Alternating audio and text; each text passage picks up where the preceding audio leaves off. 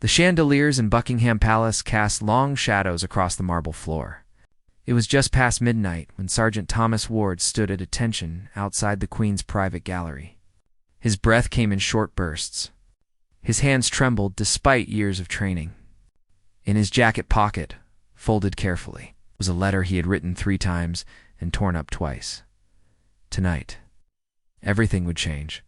Thomas had served the crown for 22 years. He had stood guard through storms and ceremonies, through moments of celebration and grief. But nothing had prepared him for what he had discovered 3 weeks ago. Nothing could have prepared him for the choice he now faced.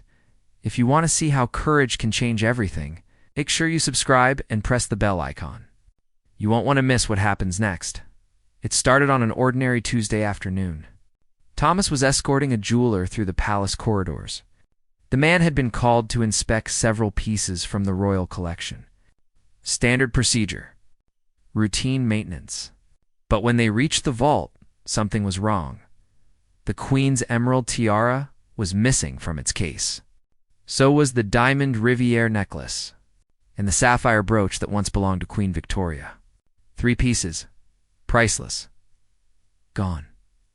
The jeweler's face went pale. Thomas felt his stomach drop. He immediately sealed the room and called the head of security. Within minutes, senior staff flooded the gallery. Faces were grim. Voices were hushed. Everyone knew what this meant. Someone inside the palace had taken them. The investigation began quietly. Too quietly. No police, no media. Just whispers in hallways and closed-door meetings. Thomas watched as staff members were questioned one by one. He saw the fear in their eyes, the suspicion. Everyone became a suspect. But then, something strange happened. The investigation stopped. Just like that. No explanation. No resolution. Orders came from above to close the matter. Thomas was told to forget what he had seen, to move on, to stay silent. He couldn't do that. Thomas began his own investigation. Late at night, after his shifts ended, he reviewed security footage. He studied access logs. He pieced together a timeline, and slowly the truth emerged. The jewels hadn't been stolen. They had been moved, deliberately, quietly, by someone with the highest level of access. Queen Camilla. The evidence was undeniable. Security cameras showed her entering the vault alone. Access logs confirmed her presence at times that matched the disappearances. And then Thomas found something else. Records of meetings with private collectors. Anonymous buyers. People who dealt in items that could never be displayed publicly. She was selling them. Thomas felt sick. These weren't just jewels. They were part of history. They belonged to the nation, to the memory of Queen Elizabeth. They were the crown's heritage, not personal property to be sold off like unwanted furniture. He knew what he had to do, but the cost would be enormous. Going against a queen meant ending his career. It meant becoming an enemy of the most powerful institution in Britain. It might even mean legal consequences. Treason, some would call it. But the alternative was worse. Staying silent meant betraying everything he had sworn to protect. So Thomas wrote the letter. 3 pages. Every fact documented. Every piece of evidence listed. A formal demand, delivered through official channels, requiring Queen Camilla to return the jewels to the royal collection immediately. It was a warning. The only warning she would receive now. Standing in that corridor at midnight, Thomas pulled the letter from his pocket. His commanding officer would arrive in 5 minutes. This letter would be delivered by dawn, and by tomorrow, the entire palace would know what he had done. Thomas took a deep breath. His hands steadied.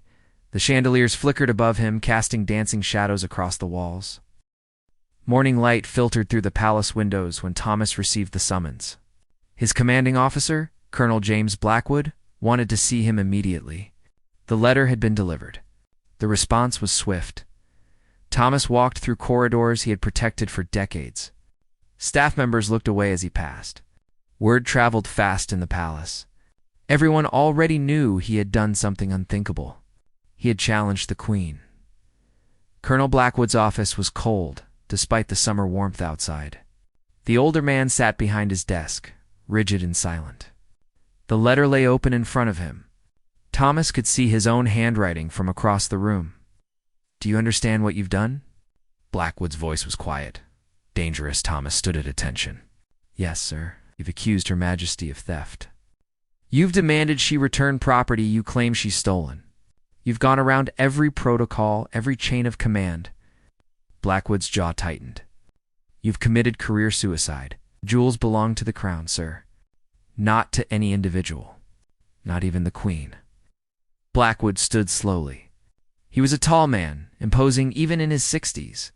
"You think you're the first person to notice things go missing around here? You think you're the first to have questions?" He leaned forward. "You're not. But you're the first fool enough to put it in writing." Thomas felt a chill run down his spine. "Others knew? This palace has survived for centuries because we understand discretion, because we know when to look away."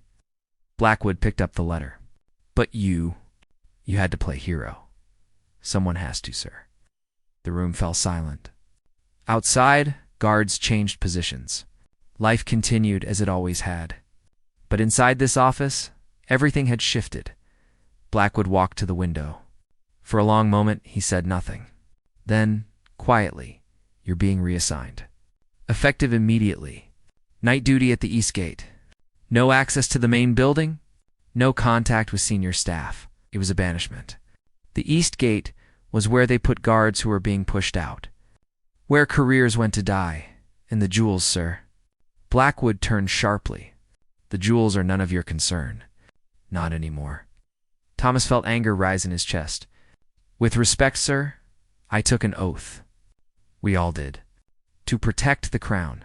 That means protecting what it stands for. You think this is about oaths?" Blackwood's voice rose. "This is about survival. About understanding your place. The monarchy doesn't need a guard with a conscience. It needs loyalty. I am loyal, sir. That's why I can't stay silent." Blackwood's expression hardened. "Then you're dismissed. Report to the East Gate by noon. And Ward," he paused, "if you value your pension, if you value your freedom, you'll forget this entire matter. Do you understand me?" Thomas understood perfectly. It was a threat. He left the office with his head high. But inside, doubt crept in. What had he expected? A thank you? Justice? This was the monarchy. The most protected institution on earth? One sergeant meant nothing against centuries of tradition. The day passed in a blur. Thomas collected his belongings from his locker. He said goodbye to fellow guards who avoided eye contact. Some looked sympathetic. Most looked relieved it wasn't them. By afternoon, he was stationed at the East Gate. It was a forgotten corner of the palace grounds. Tourists rarely passed by. Officials never used this entrance. It was a place for the invisible. The irrelevant Thomas stood there as the sun set, watching shadows lengthen across the gravel path. He thought about his daughter. About his mortgage? About the pension that might disappear if he pushed further. Maybe Blackwood was right. Maybe silence was survival. But then he remembered the Queen's emerald. Tiara. He remembered studying its history during his training. It had been worn by Queen Elizabeth at her coronation. It represented continuity, heritage, the unbroken line of duty that connected past to present. Selling it was like selling history itself. No, Thomas wasn't done. Not yet. That evening he made a phone call. His hand shook as he dialed. The voice on the other end was professional, curious. "Daily Chronicle newsroom. How can I help you?" Thomas took a breath. Once he said the words, there was no going back. "My name is Sergeant Thomas Ward. I'm a royal guard at Buckingham Palace." He paused. "And I need to tell you about the jewels that have gone missing." The silence on the other end lasted 3 seconds. "Then don't hang up. Let me connect you to our senior editor." Thomas waited. His heart pounded. Outside his apartment window, London hummed with evening life. Normal people doing normal things. People who didn't know that behind palace walls, history was being erased piece by piece. A new voice came on the line. Deeper, more cautious. This is Edward Marsh, senior editor. You said jewels are missing from Buckingham Palace? Not missing, Thomas corrected. Taken. Taken by whom? Thomas closed his eyes. This was it. The moment that would define everything that came after. By Queen Camilla herself. Edward Marsh didn't speak for 5 long seconds. Thomas could hear keyboard typing in the background. The newsroom buzzed with distant voices. That's a serious accusation, Sergeant Ward. I have evidence. What kind of evidence? Thomas had prepared for this. Security footage. Access logs. Records of her entering the vault alone. Timeline documentation. And proof of contact with private collectors. The typing stopped. Can you prove the collectors were contacted about these specific items? I can prove meetings occurred. I can prove that jewels disappeared during times she had exclusive access. The rest connects itself. Marsh was quiet. Thomas knew what he was thinking. This could be the story of the decade, or it could be a career-ending lawsuit. The British press had strict rules about the royal family. One wrong word could mean prison. I need to see everything, Marsh finally said. Every piece of evidence, and I need verification from other sources. I'm the source. Not enough. We need corroboration. Other palace staff, documentation from official records. Thomas felt frustration rising. If I had that, I wouldn't need you. The palace shut down the internal investigation. They're covering this up. Then we'll have to be very careful. Marsh paused. Meet me tomorrow. There's a cafe near Westminster. The Copper Kettle. 2 o'clock. Come alone. Bring everything you have. The line went dead. Thomas sat in darkness for a long time. Outside, a siren wailed past. Somewhere below, a couple argued on the street. Normal life continued while he sat at the edge of something that could destroy him. But he had started this. There was no turning back now. The next day crawled by.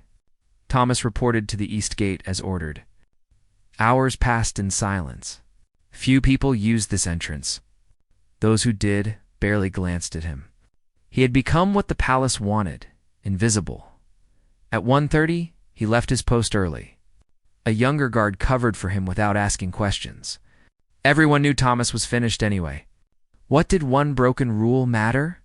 The Copper Kettle was tucked between office buildings. Small, unremarkable. Perfect for meetings that couldn't be seen. Thomas arrived first. He chose a corner table, back to the wall, facing the door. Old military habits?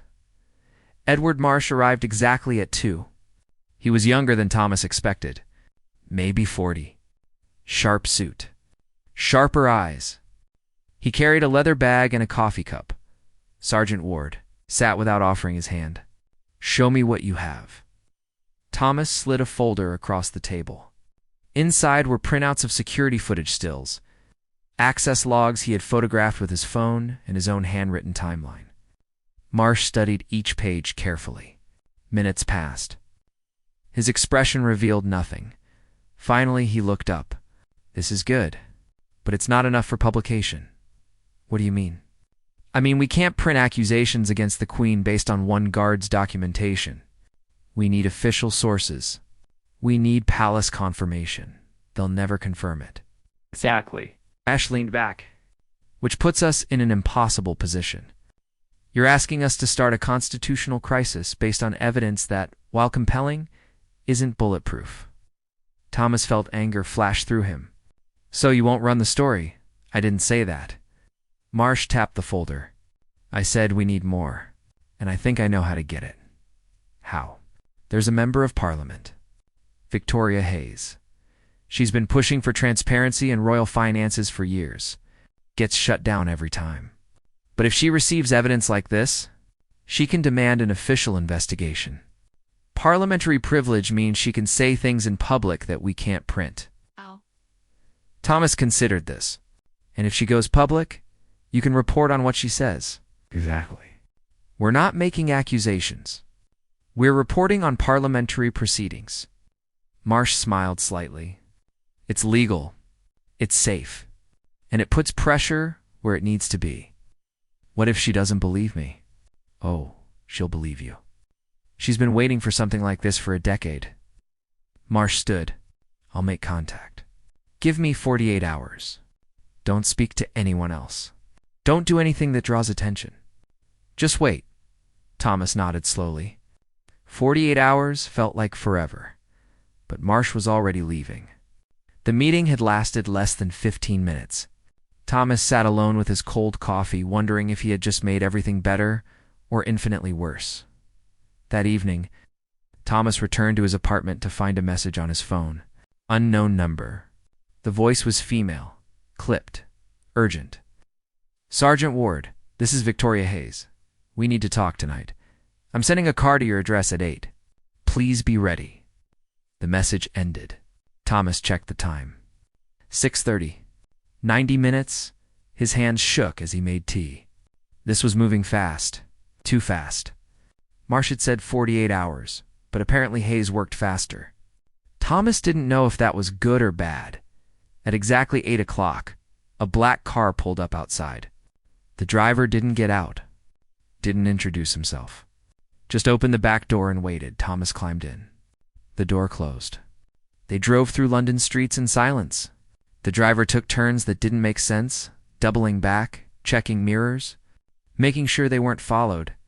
After 20 minutes, they stopped outside a townhouse in Kensington. Expensive neighborhood. Quiet. The driver finally spoke. 3rd floor. She's expecting you. Thomas got out. The car disappeared around the corner. He climbed the steps and knocked. The door opened immediately. Victoria Hayes was smaller than she appeared on television. Mid-50s, gray hair pulled back, eyes that missed nothing. Sergeant Ward, come in quickly. The townhouse interior was elegant but lived in. Books everywhere, papers stacked on tables. This was a working home, not a showpiece. Hayes led him to a study. She gestured to a chair but remained standing herself. Edward, Marsh sent me your evidence. I've spent the last 3 hours verifying what I can. She crossed her arms. It's explosive. Will you help? Help! Hayes laughed sharply. Sergeant, if what you're saying is true, this is the biggest scandal since the abdication crisis. Of course I'll help. The question is whether you're ready for what comes next. I'm ready. Hayes studied him carefully. Are you? Because once I raise this in Parliament, your life changes forever. You'll be famous, infamous, celebrated, and vilified. The palace will come after you with everything they have. Your pension, your reputation, possibly your freedom. They'll dig up every mistake you've ever made. Every questionable decision. They'll destroy you if they can. Thomas felt the weight of her words. But he thought about those jewels again. About history being sold off. About duty, I understand. Hayes nodded slowly. Then we proceed. Parliament was in session 3 days later.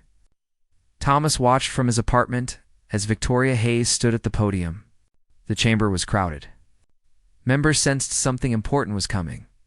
Hayes began quietly. I rise today to address a matter of grave national concern. A matter involving the crown jewels themselves. The chamber fell silent. Even the usual background murmur stopped. Every eye focused on her. I have received credible evidence from a senior member of the Royal Guard that several historically significant pieces from the royal collection have gone missing. The Queen's emerald tiara, the diamond Riviere necklace, the sapphire brooch of Queen Victoria. Gasps rippled through the room. Hayes continued, her voice steady and clear.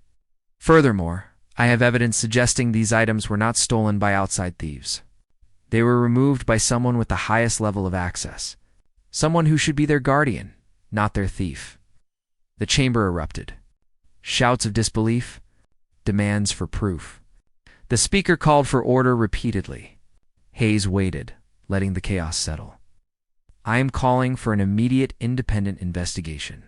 The crown jewels are not personal property.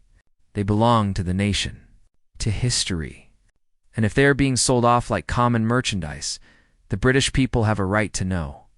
Thomas turned off the television. It was done. Within minutes, every news outlet in the country would be running the story. Within hours, it would be global.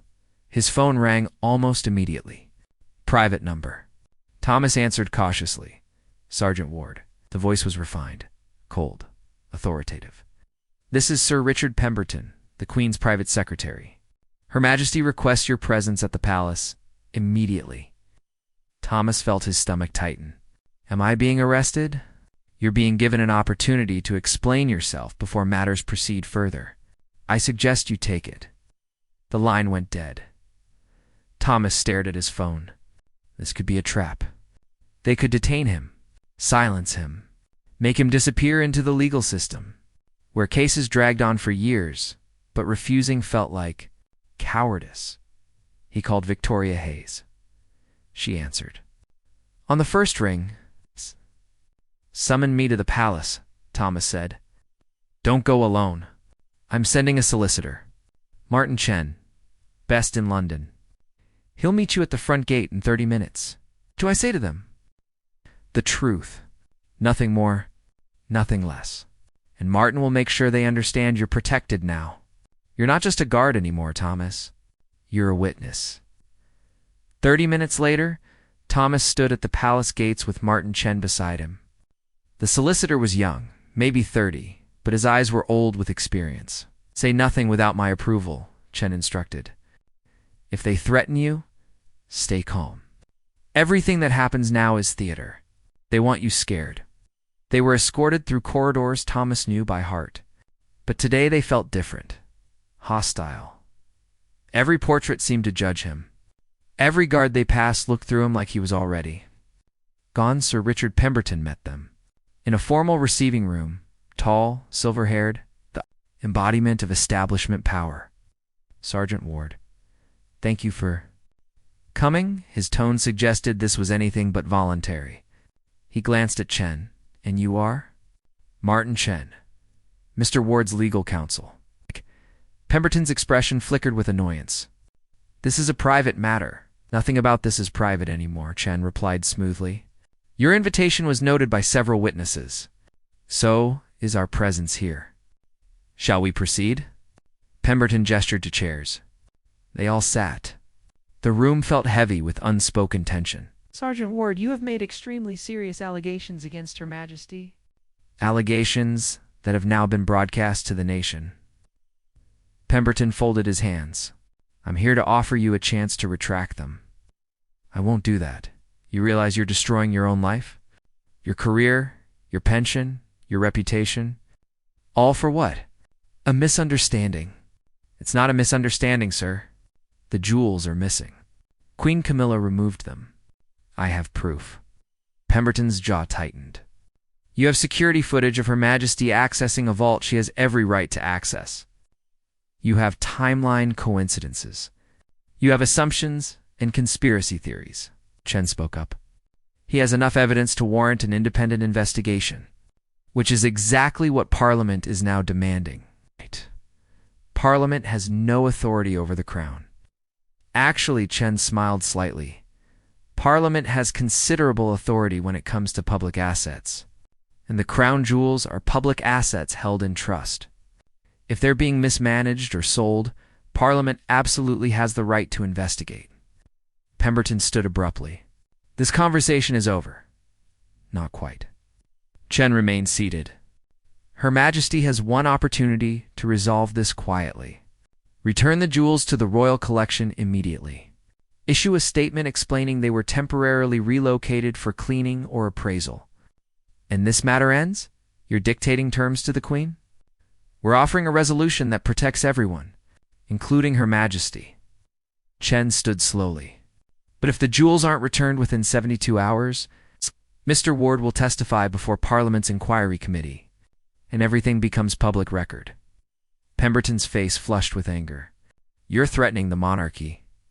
We're protecting it. Chen moved toward the door. 72 hours, Sir Richard? I suggest you use them wisely. They left without being dismissed. Thomas half expected guards to stop them, but the corridors remained clear. They walked out of the palace into afternoon sunlight. Thomas exhaled shakily. That was terrifying. That was negotiation. Chen checked his watch. Now we wait. They'll spend the next 3 days calculating which option damages them less. Admitting the jewels were mishandled, or letting this go to full investigation. What do you think they'll choose? Honestly, I don't know, but we've backed them into a corner. And cornered institutions do unpredictable things. That night, Thomas couldn't sleep. He lay in darkness, replaying the meeting. Pemberton's anger. Chen's confidence. The impossible weight of what he had set in motion. Around 3 in the morning, his phone buzzed. Text message. Unknown number. They're planning to discredit you. Personal attacks. They found something from your past. Be ready. Thomas stared at the message. Who sent this? Someone inside the palace? A sympathetic staffer? He thought back through his 22 years of service. What could they have found? He'd always been careful. Professional. But everyone had something. Some moment of weakness. Some mistake buried in the past. Another message arrived. 2003. The incident with the photographer. They're going to make it look worse than it was. Get ahead of it. Thomas felt ice in his veins. 2003, he remembered. A photographer had tried to sneak into a restricted area. Thomas had physically removed him. There had been a complaint. An investigation. It was resolved as justified force. But if they twisted the narrative, his phone rang. Victoria Hayes. Thomas, I just got a call from a journalist. They're asking about an assault charge from 2003. The palace is leaking. It wasn't an assault. It was I know. I already pulled the records. But we need to get ahead of this. I'm scheduling a press conference for tomorrow morning. You're going to tell your story. All of it. Before they can control the narrative. Thomas closed his eyes. A press conference. Cameras. Questions. His face on every screen in the country. Okay, he whispered. Because the gloves are off now, Thomas. And this is about to get much worse before it gets better. The press conference was held in a small hotel conference room. Thomas sat at a table with Victoria Hayes on one side and Martin Chen on the other. Cameras lined the back wall. Journalists filled every seat. The air felt electric with anticipation. Hayes spoke first. Thank you all for coming. Sergeant Thomas Ward has served the Crown with distinction for 22 years. Today, he's here to address recent allegations made against him, and to clarify his reasons for coming forward about the missing royal jewels. She stepped aside. Thomas leaned toward the microphone. His mouth felt dry. Every camera lens felt like an accusation. My name is Thomas Ward. For over 2 decades, I've protected the royal family and the Crown's property. I took an oath to serve with honor. He paused. 3 weeks ago, I discovered that several priceless historical pieces had been removed from the royal collection. When I reported this internally, I was told to stay silent. When I couldn't do that, I was threatened and reassigned. A journalist called out, "What about the 2003 incident? The assault charge?" Thomas had prepared for this. In 2003, I physically removed an unauthorized photographer from a secure area. The photographer filed a complaint. The investigation found my actions were justified and necessary. No charges were filed. It's been reframed now as an assault to discredit me, but the official record tells a different story. Why should we believe you over the Queen? Thomas met the journalist's eyes. Because I have nothing to gain from this. I've lost my career. My reputation is being destroyed. I'm facing potential legal action. But those jewels represent history. They represent the continuity of the Crown itself. If we allow them to disappear without question, what does that say about us? More questions came rapid fire. Thomas answered each one carefully. Chen interrupted several times to clarify legal points. Hayes provided historical context about the jewel's significance. After 40 minutes, Hayes ended the conference. As the room emptied, a young reporter approached Thomas. Off the record, she asked quietly. Thomas nodded. I have a source inside the palace. They say Queen Camilla is furious. She's demanding they destroy you completely. The reporter glanced around. But there's also a growing faction that thinks she should just return the jewels. They're worried about the damage to the monarchy's reputation. What do you think will happen?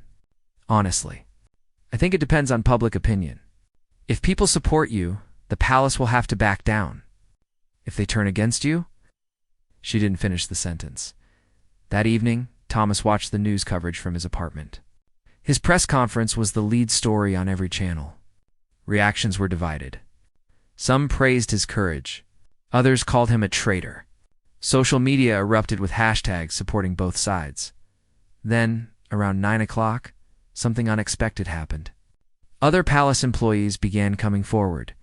Not publicly, but through anonymous statements to journalists. A housekeeper confirmed she'd noticed items missing from display cases. A junior secretary mentioned unusual meetings between the Queen and art dealers. A security guard corroborated Thomas's timeline. The evidence was accumulating, and the palace couldn't silence everyone. Victoria Hayes called him at midnight. "Thomas, turn on Channel 4. Now." He switched channels. A special investigation report was airing. The journalist was Sarah Mitchell, known for her careful, thorough reporting. Tonight, Channel 4 has obtained internal palace documents that appear to confirm Sergeant Ward's allegations. These documents show Queen Camilla authorized the removal of several items from the crown collection for what was described as private appraisal. However, our investigation has found that these appraisals were conducted by dealers known to facilitate discreet sales to private collectors. Thomas felt his heart race. This was it. Confirmation from an outside source, Mitchell continued. "We've also learned that the Queen's private secretary, Sir Richard Pemberton, sent internal memos ordering staff not to discuss the missing items. One memo, dated 3 weeks ago, explicitly states, all inquiries regarding collection discrepancies must be directed to this office and nowhere else. This is not subject to discussion." The screen showed copies of the actual memos. Official palace letterhead. Pemberton's signature. Mitchell's voice was measured but firm. These documents suggest a deliberate effort to conceal the removal of historically significant items. Items that, by law and tradition, should remain part of the royal collection. The report continued for another 10 minutes, detailing each piece of evidence. By the time it ended, Thomas knew everything had changed. His phone exploded with messages. Journalists requesting interviews. Supporters offering encouragement, but also threats. Anonymous messages telling him to leave the country, to watch his back. To remember what happened to people who challenged the crown, Thomas ignored them all. He lay in bed, staring at the ceiling, wondering if he'd sleep again. At 2 in the morning, his doorbell rang. Thomas approached cautiously, looking through the peephole. A figure in a dark coat stood in the hallway, face hidden. "Who is it?" Thomas called through the door. "A friend. You need to see something." "I'm not opening the door." "Then I'll slide it under." A manila envelope appeared beneath the door. Thomas waited a moment, then heard footsteps retreating down the hallway. He opened the door carefully. The hallway was empty. Inside the envelope were photographs, high-quality prints. They showed Queen Camilla at what appeared to be a private gallery. She was holding the emerald tiara, examining it with an older man Thomas didn't recognize. The date stamp on the photos was from 2 weeks ago. A note was attached. The collector's name is Anton Volkov, Russian, based in Geneva. He specializes in acquiring items with questionable provenance. This meeting took place after you filed your complaint? She's still trying to sell them. Thomas felt cold fury wash over him. Even after being exposed, even with investigations pending, she was still attempting to complete the sale. He photographed the images with his phone and immediately sent them to Victoria Hayes, Martin Chen, and Edward Marsh. Hayes called back within minutes. "Where did you get these?" "Someone left them at my door." Anonymous. "Someone with access to high-level surveillance." "Someone inside her own security detail." Hayes sounded amazed. "Thomas, this proves intent. This proves she knew what she was doing was wrong and did it anyway. What happens now?" "Now we have her. Absolutely and completely. There's no explaining this away. No PR strategy that can cover it up." Hayes paused. The 72 hours end tomorrow. I'll present these to Pemberton in the morning, and this time there won't be any negotiation. Thomas hung up. He looked at the photographs again. At the Queen of England, holding stolen history, preparing to sell it to the highest bidder. He had been right to come forward. No matter what it cost him, he had been right. Outside, London slept. But Thomas stayed awake, watching the hours count down. Waiting for morning. Waiting for the final confrontation. The last 72 hours were about to end. And everything would finally come to light. Morning broke gray and cold over London. Thomas dressed carefully, putting on his dress uniform one last time. If this was his final act as a royal guard, he would do it properly. Martin Chen picked him up at 8. They drove to Victoria Hayes's office in silence. The streets were already buzzing. News vans camped outside Parliament. Journalists interviewed anyone who would talk. The story had consumed the nation. Hayes met them at the door.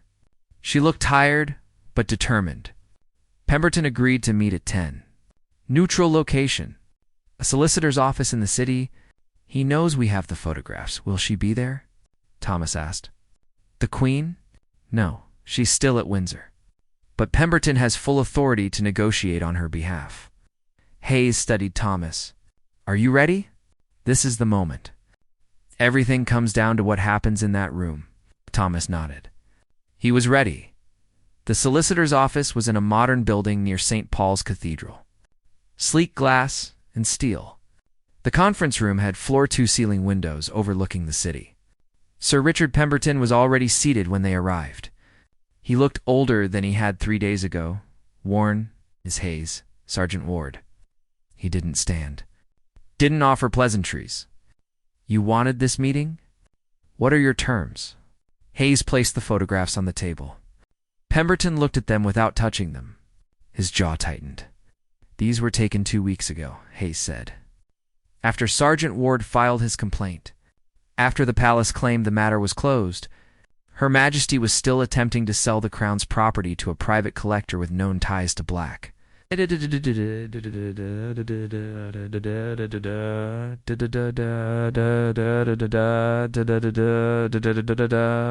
Market antiquities. Pemberton was silent for a long moment. Finally, what do you want? First, all 3 pieces returned to the royal collection immediately. Full documentation of their location for the past 3 weeks. Hayes counted on her fingers. Second, a public statement acknowledging that certain items were temporarily relocated without proper authorization, and that procedures have been strengthened to prevent future occurrences. You're asking the Queen to admit wrongdoing. I'm asking the monarchy to take responsibility. There's a difference. Hayes leaned forward. Sir Richard, you and I both know how this ends if we don't resolve it here. Parliamentary hearings. Criminal investigation. Daily headlines for months. The damage to the crown would be catastrophic. And if we comply with your demands, then Sergeant Ward declines to testify. The photographs remain private. And the matter is treated as an administrative error rather than deliberate theft. Hayes paused. The monarchy survives. Her Majesty keeps her position. But the jewels come home. Pemberton looked at Thomas for the first time. You'd accept that? After everything. Thomas spoke carefully. I never wanted to destroy the monarchy. I wanted to protect what it stands for. If the jewels are returned and proper safeguards are put in place, then I've done my duty. Your duty. Pemberton's voice was bitter. Your duty has cost us weeks of chaos. International embarrassment. A constitutional crisis. My duty required me to tell the truth, Thomas replied quietly, even when no one wanted to hear it. The room fell silent. Outside the windows, London moved on.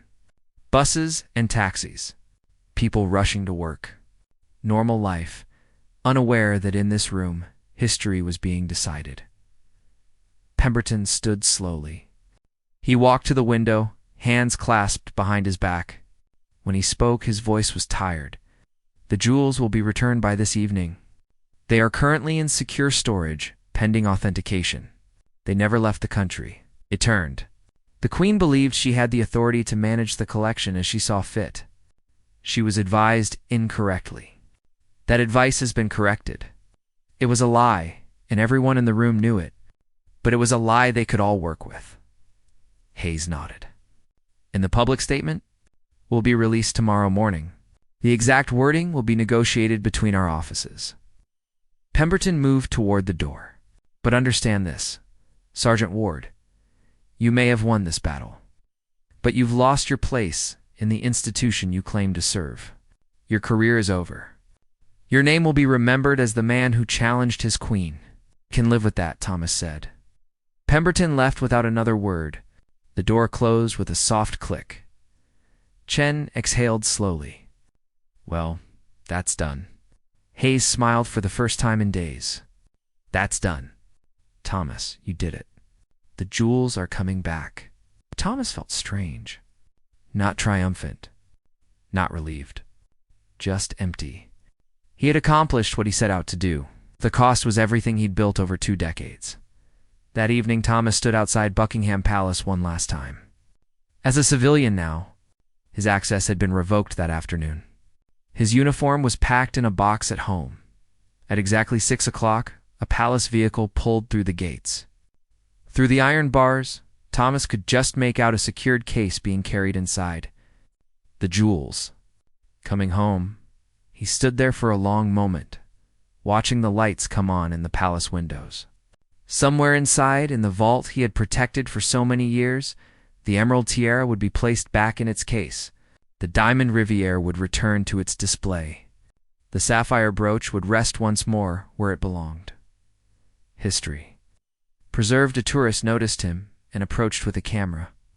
"Excuse me, aren't you that guard? The one from the news?" Thomas nodded. "Can I take your picture?" "My daughter won't believe I met you." Thomas smiled slightly. "Sure." As the tourist's camera flashed, Thomas realized something. He would never be invisible again. He would carry this moment for the rest of his life. Every conversation, every introduction, every time someone recognized his face, but that was okay. Some things were worth the cost. The next morning, the palace released its statement. It was carefully worded, admitting to procedural irregularities and insufficient oversight in the temporary relocation of certain collection items. It praised the dedication of royal staff and announced new protocols for collection management. It never mentioned Queen Camilla by name. It never used the word theft. But everyone understood what it meant. Thomas read the statement from a cafe near his apartment. His phone buzzed constantly with messages. Interview requests. Book deal offers. Someone wanted to make a documentary. He ignored them all except one. Victoria Hayes. "You should be proud, Thomas. You changed something that everyone said was unchangeable." "I just did my job." "No, you did more than that. You reminded people that institutions exist to serve something larger than themselves, and that speaking truth to power still matters, even when it costs everything." Thomas thought about that as he walked home through London streets. Children played in parks. Couples held hands. Life continued its ordinary rhythm, but something had shifted. Something small, but significant. One guard had stood up and said no, and the most powerful institution in Britain had been forced to listen. That night, Thomas received one final message. Unknown number, like the one who had delivered the photographs. "The jewels are secure. Procedures have been updated. You won't hear from me again, but know this. There are others like me inside. Others who believe in what the crown should stand for. You weren't alone. You were never alone." Thomas read the message twice, then deleted it. Some mysteries were better left unsolved. He looked out his apartment window at the London skyline. Somewhere out there, in the palace he had served for 22 years, the crown jewels rested safely, guarded by men and women who, he hoped, had learned something from what had happened. That truth was stronger than tradition. That duty was stronger than loyalty. And that sometimes the greatest service one could offer was the courage to say what everyone else feared to speak. Thomas Ward closed his eyes. Tomorrow would bring new challenges, new questions about his future. But tonight, he could rest. he had kept his oath. He had protected the crown, and the jewels had come home.